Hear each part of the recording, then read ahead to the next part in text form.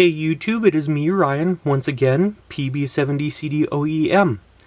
This is a follow-up video, and no, it is not a part 4 on my Gateway 2000, but this is actually to do with my Gateway 2000, because I have some updates that I wanted to share. I have put in a different motherboard that is near identical to the one that YouTube user RetroBits has in his mini tower Gateway 2000. I believe his has the PS2 style keyboard and mouse connectors, while the one that I have has the AT style keyboard connector and no mouse connector. I'm using a serial mouse, which I have right here.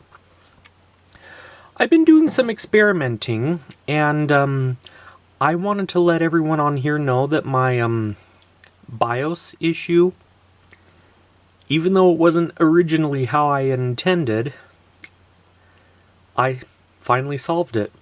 Differently, though. We are going to be turning the system on.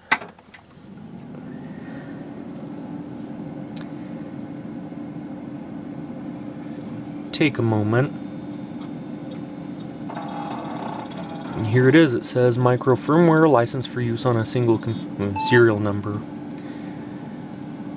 I have a CF card adapter, which is what I'm loading the operating system off of now. I have a Sony proprietary CD-ROM drive, and I have a parallel port ZIP 250 drive from iOmega connected. Okay. Now, even though this wasn't how I originally planned this, I'm still pretty happy with the results. This was not the motherboard that I preferred to use originally because it lacks a secondary IDE connector, but I've been planning this ahead of time and I really don't need it. I wasn't going to be using any more than 2 IDE-based disk drives anyways.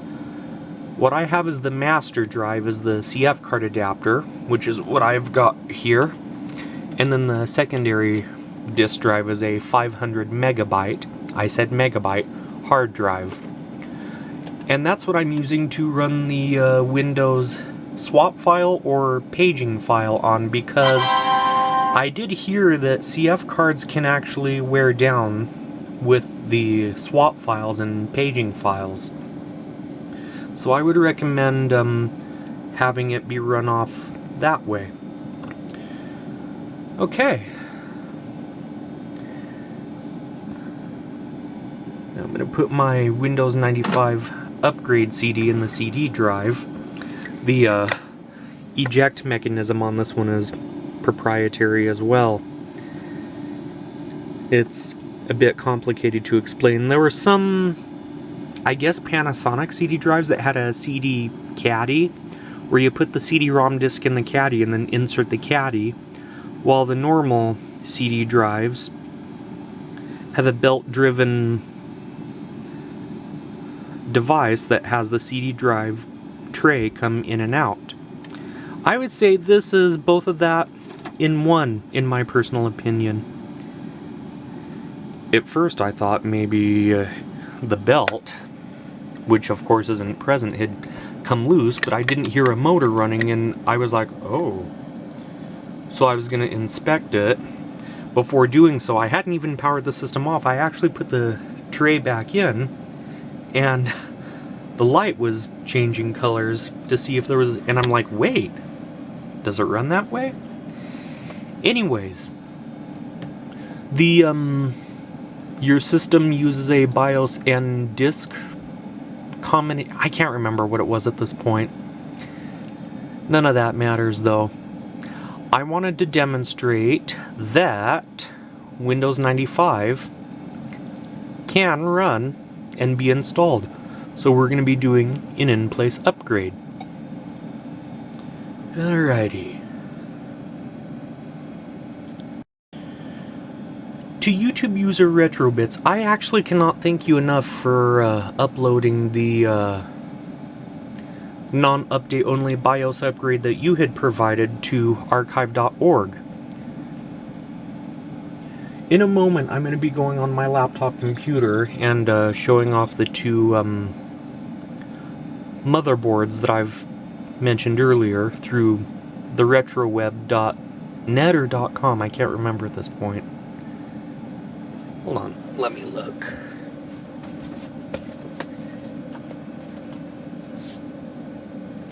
Yeah, the retroweb.com. It's been a pretty busy day today, so my mind is a little bit off, so bear with me on this. I actually have a text file that of a list of things that I wanted to talk about. And I mentioned to my good friend Billy Core, YouTube user The Nostalgia Mall, that I was going to be making this video. In fact, today that I'm making this video is March 15th of 2026. And a few days ago, actually it was day before yesterday from today, he did a live stream. He replaced the CD-ROM drive in his Packard Bell Legend 1510 Supreme. He also talked about he cut himself and had to get a tetanus shot. And Billy, I would like to say that I am sorry in advantage that that happened. What is this?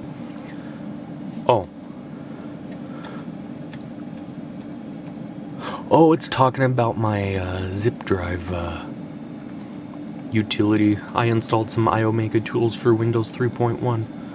Okay. Yep, we will put it in the C Windows directory folder. Folders, directories, same thing.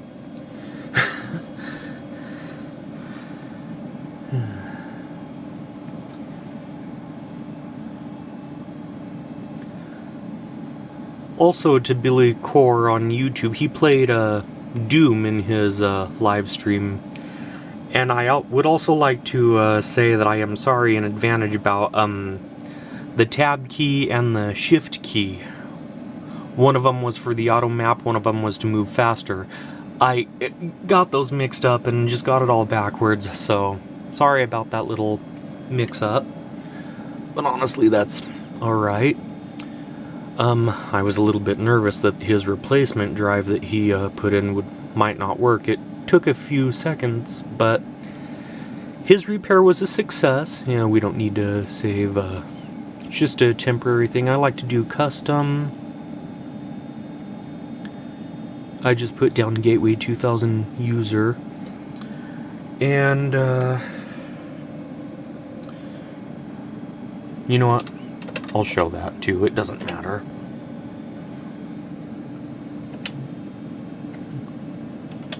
One, two, three. Don't come after me, Microsoft, it's abandonware. Don't come and torture me, Bill Gates. Anyways,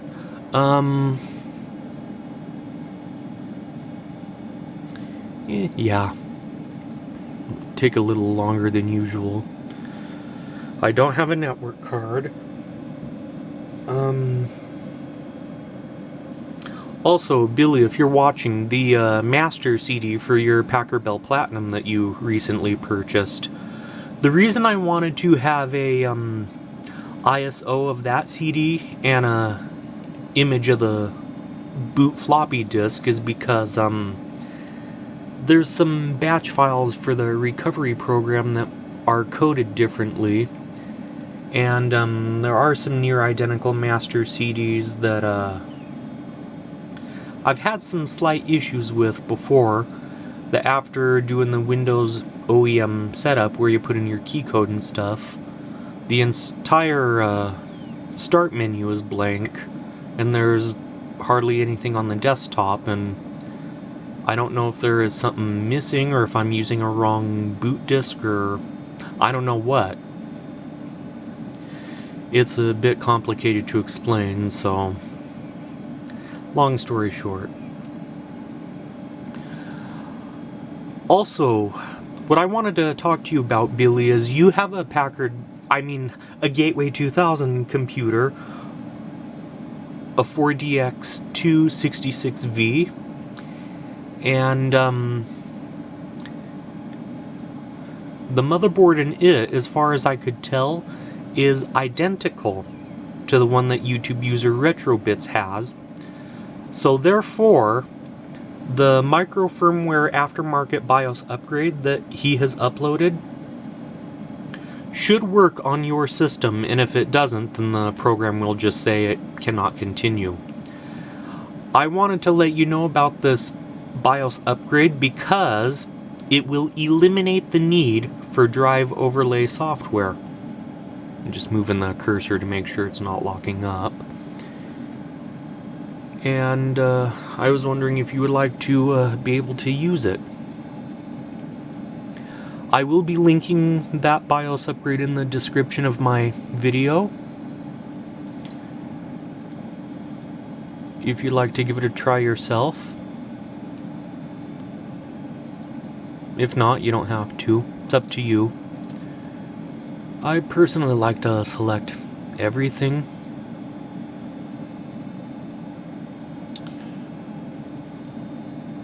Okay.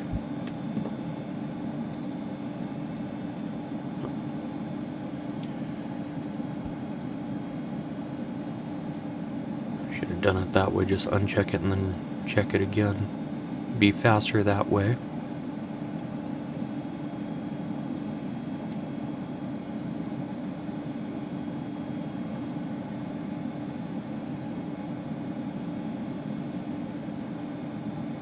Okay, it is still a 486. Oh yeah, I have a ATI Graphics Ultra Pro, a Mach 32, a VLB video card. Fun fact, Windows 3.0, the version of Windows before 3.1, it will actually support it. 256 colors, and they did make drivers for it. 256 colors or more. And I have also used Windows 3.0 with multimedia extensions on this system. The Sound Galaxy Basic sound card that I have on here. I don't need a boot disk. We'll actually consider it a Sound Blaster Pro. I might do a video about that someday.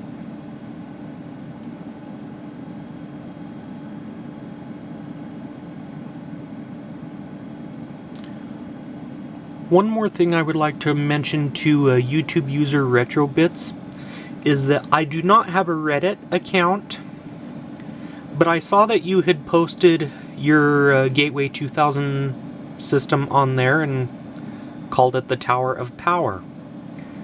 I was just researching some Gateway 2000 stuff online because I just felt nostalgic for it. Saw a few different videos online. And I came across your post, and Reddit user Echo Complex pointed my first two important favor for all Gateway 2000 users videos to you, and that's how you found me and my two videos. Could you contact this person and tell them that I would like to thank them very much for pointing my videos out to you? 'Cause I'm very grateful for everyone who has helped me out on this, and that I was able to solve my issue differently than how I originally intended. When I used a hex editor on the exe file for how I had originally wanted to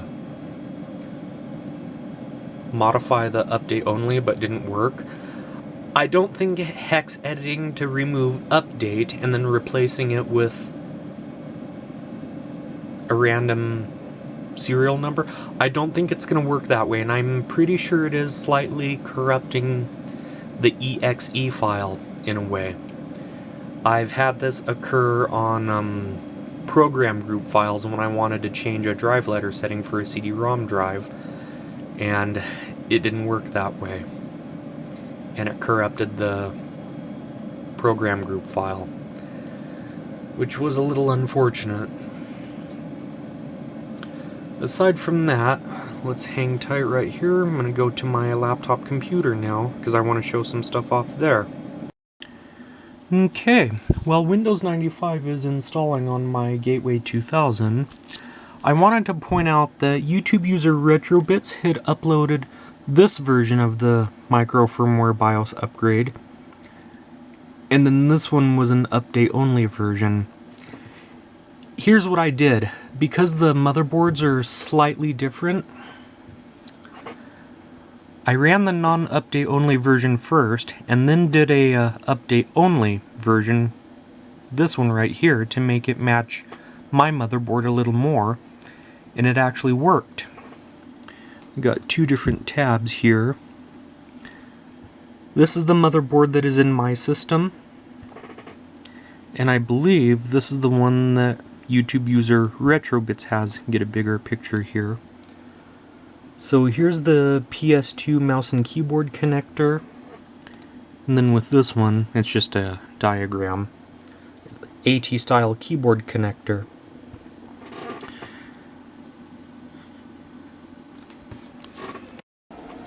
Okay, now here I am on 86box. I was doing some experimenting and demonstrating some stuff and some research on what is currently available with 86box.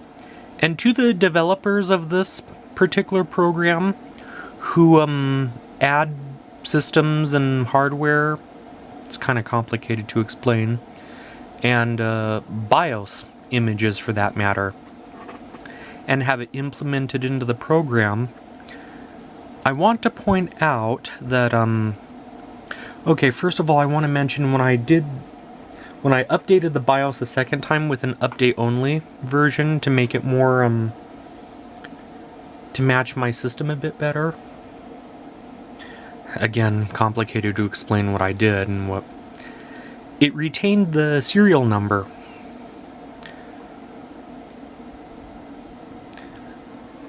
What we're looking at here is a Packer Bell 450 motherboard, an emulated version. There's three different BIOS versions available: the original Packer Bell OEM version and an aftermarket micro firmware. Now that one doesn't have a serial number, it actually says update. So I'll start it up. See right there it says update instead of a serial number. What this tells me is that from an update-only micro firmware BIOS upgrade, the BIOS data was extracted and somehow implemented into 86box. I don't know how it was done, but it looks like, as far as I could tell, that the update-only micro firmware BIOS upgrades, the BIOS data itself, can be extracted.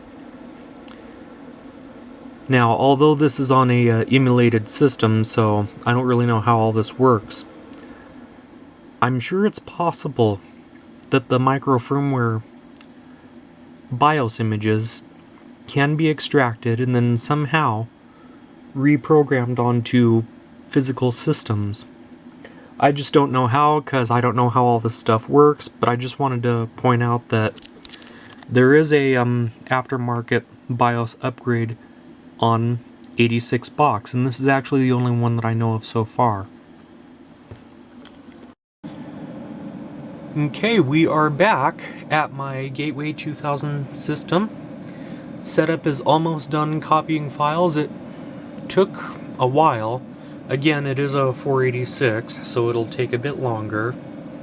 And I currently have it at 50 megahertz instead of 66. Because that was the only option I was able to get it to correctly work with. Okay.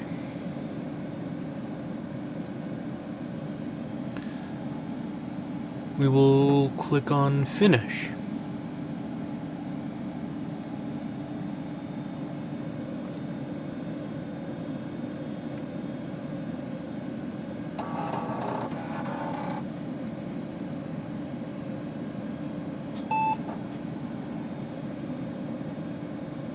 Getting ready to run Windows 95 for the first time. Well, more like the 100,000th time, because I've used Windows 95 hundreds of thousands of times. Actually, I don't know if it was that much, but Many years, many years I've used it. A lot of people have and still do to this day.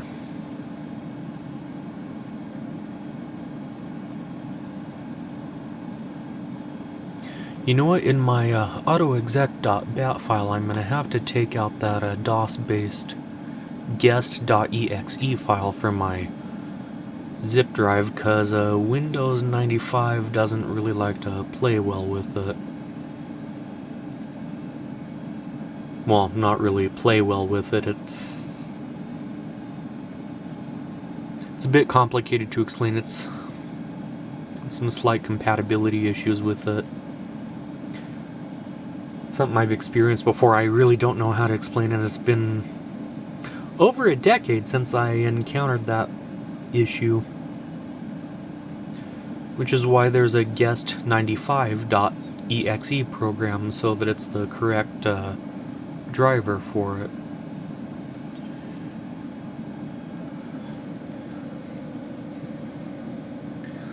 Also want to point out that the original motherboard that I had in here no longer works.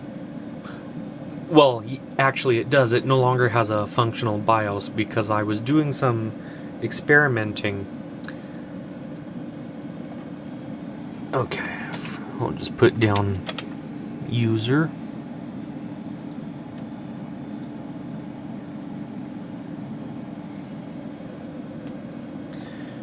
Where were we? Oh yeah, I went online and I purchased a programmer.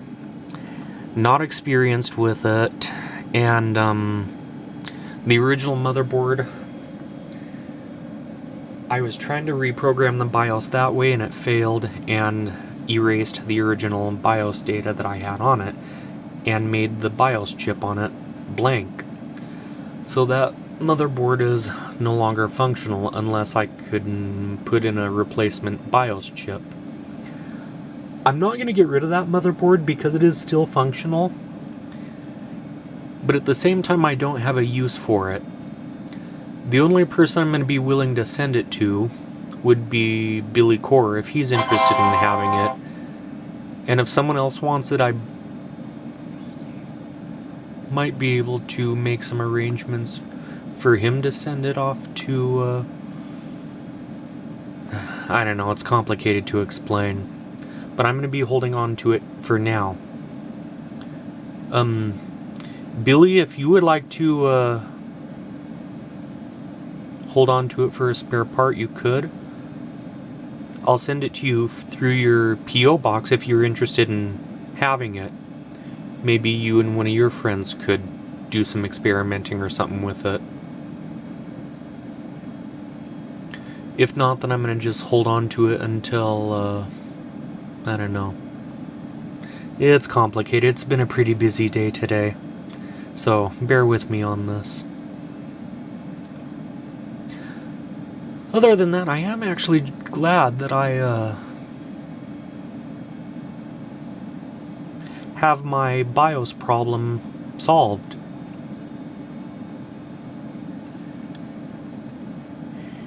And to YouTube user RetroBits and excuse me, Echo Complex on Reddit. Can't thank you guys enough. Those are just the floppy drives doing that. With my Sony proprietary drive, it's a bit complicated how I managed to find the right driver and settings for it.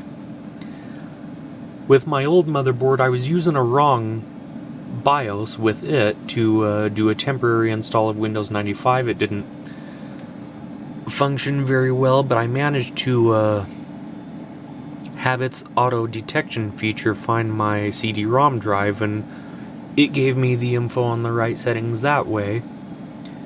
And then I did a reinstall of MS-DOS and added the drivers in that way, and so I took note of the right settings that I needed. Yeah, I don't use that program, it's outdated. Okay.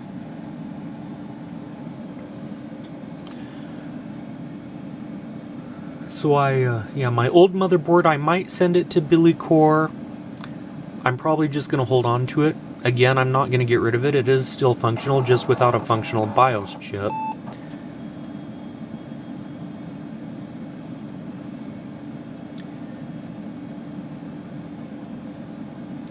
And they don't manufacture those old motherboards anymore, so that's actually the reason why I'm not getting rid of it, and I'm holding on to it for now. Okay, okay.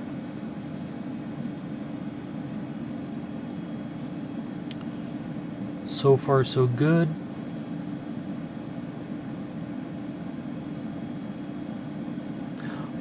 What else? Oh, I did install some software just for reference on this machine.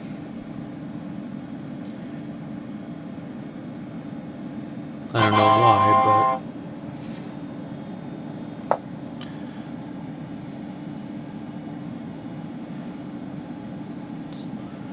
do a little bit of demonstrating after this is done.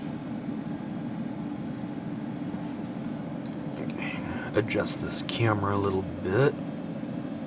Okay.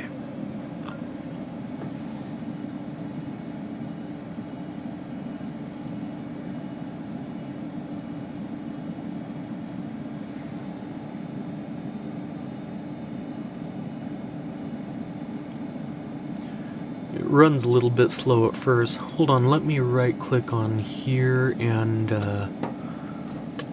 not using a mouse pad, just so y'all know. Okay, good, it is running from the hard drive instead of my CF card. That's the zip drive, see, that's incorrect.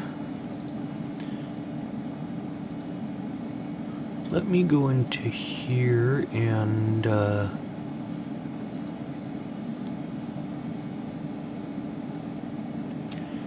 see, Windows 7 setup. Windows 7. Sorry, it didn't rem out this line for some reason. So we'll save that.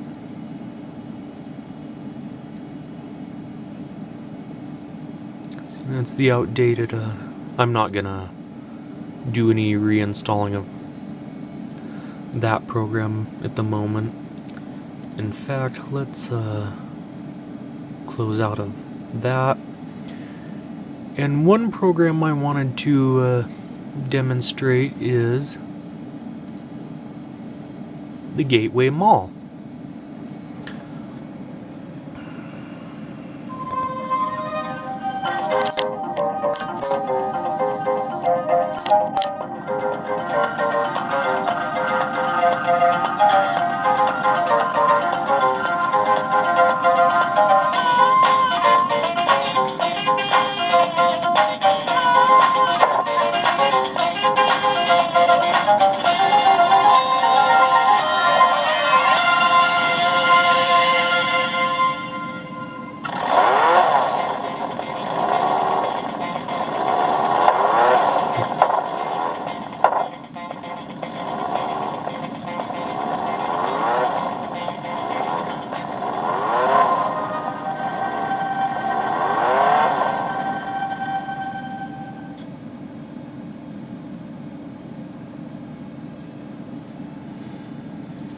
Okay.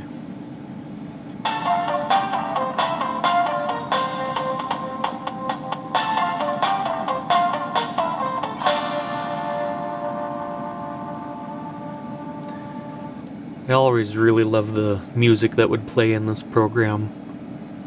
I'm not gonna go through the whole thing, but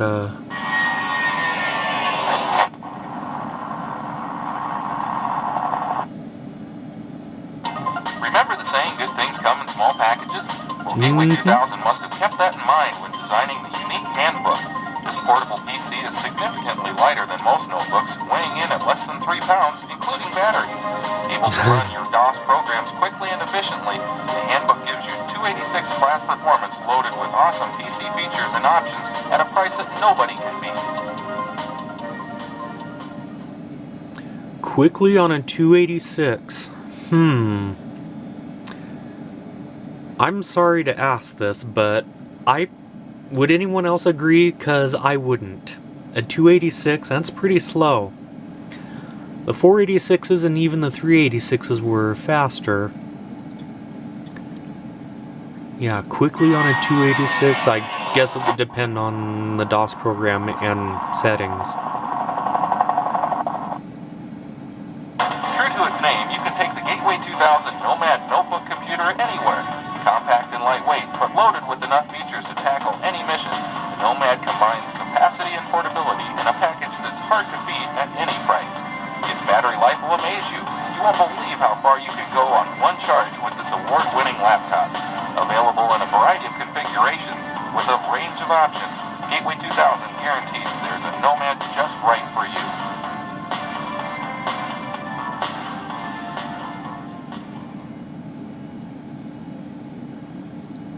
Okay.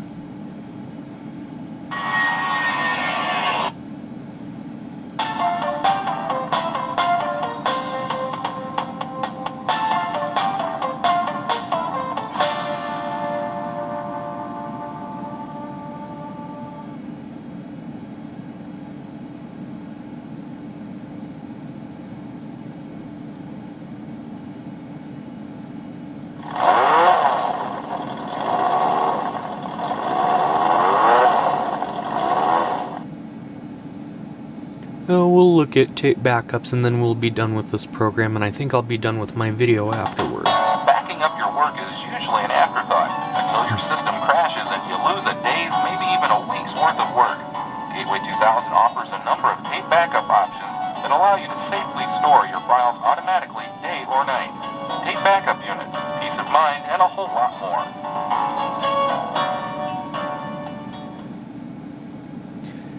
Yeah, leaving a computer on overnight,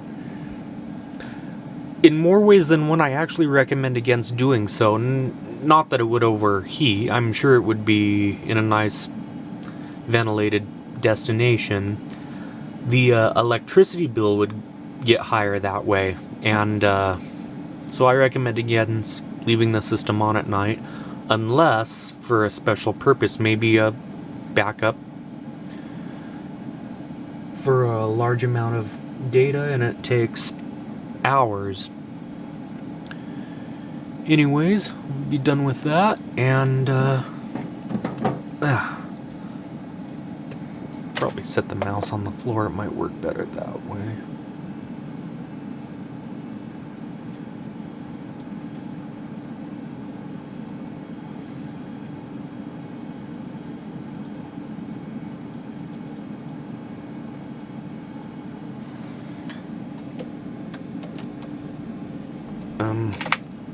Well, hold on.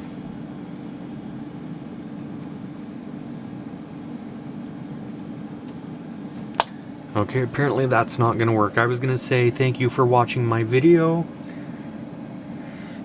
and shall see you all in the next one. Anyways, Billy, if you would like for me to send you my old motherboard just to hold on to it and maybe send it to someone else, because I'm not going to be able to send it to anyone else. It's a bit complicated to explain. But if you don't want it, that's fine. I will continue to hold on to it. But I would like to say thank you to everyone for watching my video. And I just wanted to let everyone know that my BIOS problem is solved now.